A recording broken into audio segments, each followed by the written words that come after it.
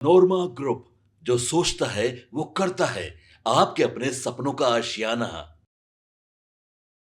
4 सीटों के उपचुनाव के जब चुनाव परिणाम आए थे तो उसको लेकर के मंथन के भी शुरू हो गया था। इस मंथन में बहुत सारी बातें ऐसी पता चली।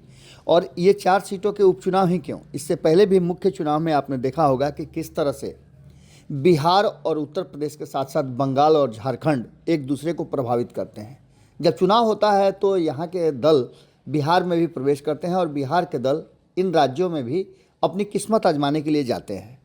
लेकिन 2025 के चुनाव को मद्देनज़र अगर हम स्थितियों को देखें या वोटों के ध्रुवीकरण को देखें तो साफ लगता है कि बिहार में इस बार कुछ अलग होने वाला है, क्योंकि बहुत ज़्यादा प्रभावित इन 4 सीटों के उपचुनाव में मगध और शाहाबाद के क्षेत्र में उत्तर प्रदेश से आए दल या फिर अन्य दलों ने किया था।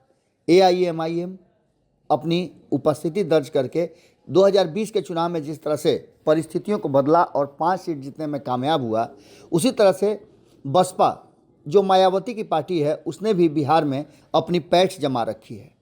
तो इतना ही नहीं, इसके अलावे आपने देखा होगा कि सुहेलदेव का भी ज़मीन तलाश कर रहे हैं बिहार में, और इसके साथ साथ चंद्रशेखर रावण भी अब बिहार में अपनी ज़मीन तलाश करने निकल पड़े हैं। आपको बता दें कि बिहार में जिस तरह से यहाँ के जो स्थानीय और क्षेत्रीय दल हैं वो आपस में रस्साकसी कर रहे हैं और धीरे धीरे करके वो अपनी स्थिति को कमज़ोर कर रहे हैं, उसके बाद बाहरी का प्रवेश निश्चित रूप से होना शुरू हो चुका है और उन्हें भी अपनी संभावनाएं तलाश करने का मौका मिल रहा है। इससे पहले भी आपने देखा होगा समाजवादी पार्टी बिहार में अपनी किस्मत आजमा चुकी है। अब जो वर्तमान परिस्थिति बनी है उसमें बिहार विधानसभा चुनाव का वक्त जैसे जैसे नज़दीक आ रहा है, काउंटडाउन होता जा रहा है, वैसे ही तमाम राजनीतिक दल अतीत के गलियारे में अपने स्थितियों को देख करके और बिहार में किस तरह से वोटों का ध्रुवीकरण होता है उस पर अपनी पकड़ बनाने में लग गए हैं। चंद्रशेखर रावण सरीके जो दलित वोटर हैं, दलित नेता हैं, वो भी अपने वोट बैंक की तलाश में निकल पड़े हैं। हालांकि बिहार में आपको बता दें कि बहुत मजबूत दलित नेता के रूप में चिराग पासवान की उपस्थिति है, लेकिन चिराग पासवान के साथ साथ इसमें और भी कई सेक्टर्स हैं जो कहीं ना कहीं छूट जाते हैं। पासवान वोटर दलित वर्ग में सबसे ज़्यादा हैं, जिस पर एकाधिपत्य कहा जाता है कि चिराग पासवान का है और जिसका प्रदर्शन भी उन्होंने किया है। लेकिन 2025 में बिहार विधानसभा चुनाव को मद्देनजर अगर देखा जाए तो कहीं ना कहीं उत्तर प्रदेश के राजनीतिक दल भी बिहार में भाग्य आजमाना चाहते हैं। चंद्रशेखर रावण के नेतृत्व वाली पार्टी आज़ाद समाज पार्टी की नज़र बिहार पर है।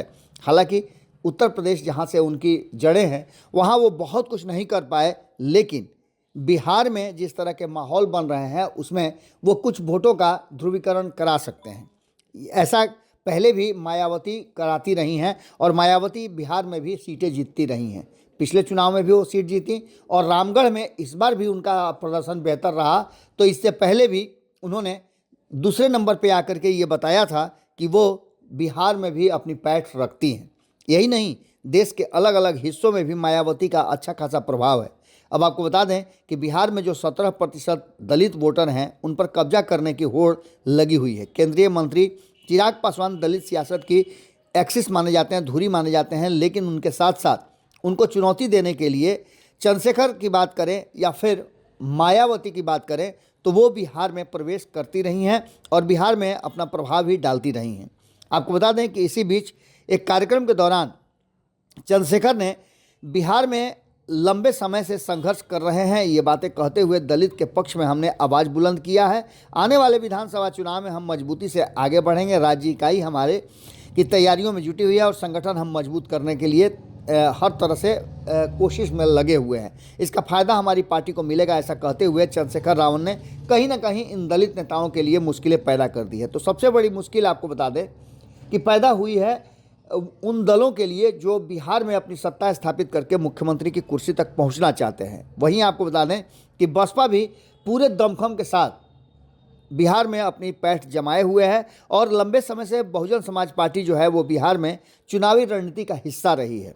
कई बार आपने देखा होगा कि उसने चुनाव को काफ़ी प्रभावित किया है। पिछली बार तो आपने देखा होगा कि एक ग्रैंड अलायंस बना करके उपेंद्र कुशवाहा सरीखे नेताओं को साथ जोड़ करके और उसने एक गठबंधन बनाया था जिसमें AIMIM भी थे, यानी दलित कुशवाहा और मुस्लिम गठबंधन बना करके बिहार में एक बेहतर जो है वो स्थिति पैदा करने की कोशिश की थी। तो इससे एक तरफ जहां चिराग पासवान जो काफ़ी मजबूती से दलित वोटरों को अपने पक्ष में रखते हैं, वहीं जीतन राम मांझी भी दलित वोटरों के पुरोधा कहे जाते हैं। कहा जाता है कि खास वर्ग है मांझी समाज, जिसका वोट उन्हें एकमुश्त जाता है और उसमें कोई कमी नहीं होती है।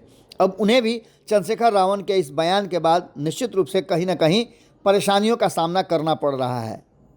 उनके जो प्रवक्ता है, उन्होंने चंद्रशेखर के इस बयान के बाद अपनी प्रतिक्रिया दी है। उन्होंने कहा है कि हम पार्टी को चुनाव लड़ने का अधिकार है, लेकिन चंद्रशेखर रावण को यह बताना चाहिए कि बिहार के दलितों के लिए उन्होंने किया क्या है, कब कब दलितों के पक्ष में आवाज़ बुलंद किए हैं, बांग्लादेश में दलितों पर जुल्म हो रहा है उस पर उन्होंने क्या कहा है, यह भी स्पष्ट करना चाहिए। इसको लेकर के आपको बता दें कि लगातार जिस तरह की परिस्थितियां पैदा हो रही हैं, उस तरह से बिहार में 2025 के चुनाव से पहले अलग अलग तरह से कई ऐसी बातें सामने नज़र आ रही हैं। और उन बातों में एक बात तो स्पष्ट नज़र आ रही है कि कहीं ना कहीं बिहार में अब 2025 के चुनाव से पहले कई तरह की स्थितियां पैदा होंगी।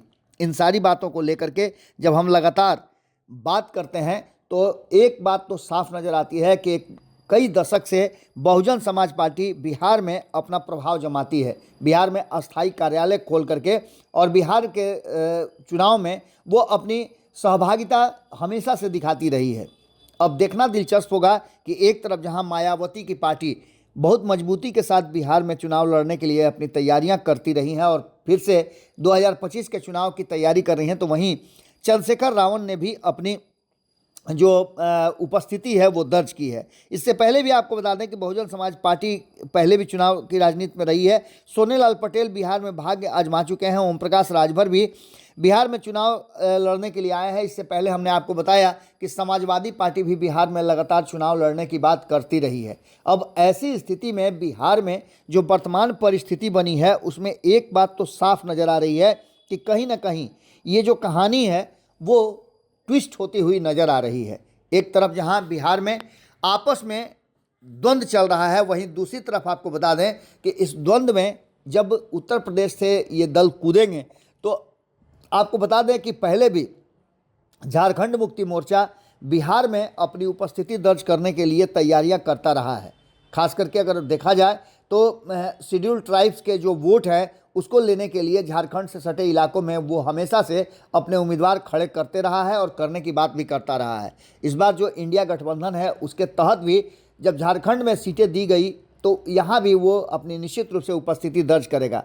तो वहीं आपको बताएं कि पश्चिम बंगाल से सटे हुए जो विधानसभा क्षेत्र हैं, वहाँ भी ममता बनर्जी अपनी उपस्थिति दर्ज करेंगे। यानी देखा जाए तो बिहार में होने वाले जो 2025 के विधानसभा चुनाव है उससे पहले कई तरह की परिस्थितियां पैदा होती हुई नजर आ रही है। कहा जाता था कि नीतीश कुमार भारतीय जनता पार्टी और लालू प्रसाद मुख्यमंत्री की कुर्सी के दावेदारों में से एक है, लेकिन अब इस मुख्यमंत्री की कुर्सी के दावों के बीच इस तरह की एंट्री जो होगी अलग अलग राजनीतिक दलों की, तो उसके क्या जो परिणाम होंगे वो आएंगे और कितना इस परिणाम को प्रभावित करेंगे। पहले से ही लंबे समय से सत्ता में रहे लालू प्रसाद जो 15 साल रहे हैं और नीतीश कुमार 20 साल रहे हैं, इन पर दोनों पर एंटी इनकम्बेंसी लागू होती है और दोनों सत्ता के संघर्ष में अब पूरी तरह से लोगों के नज़र के सामने हैं।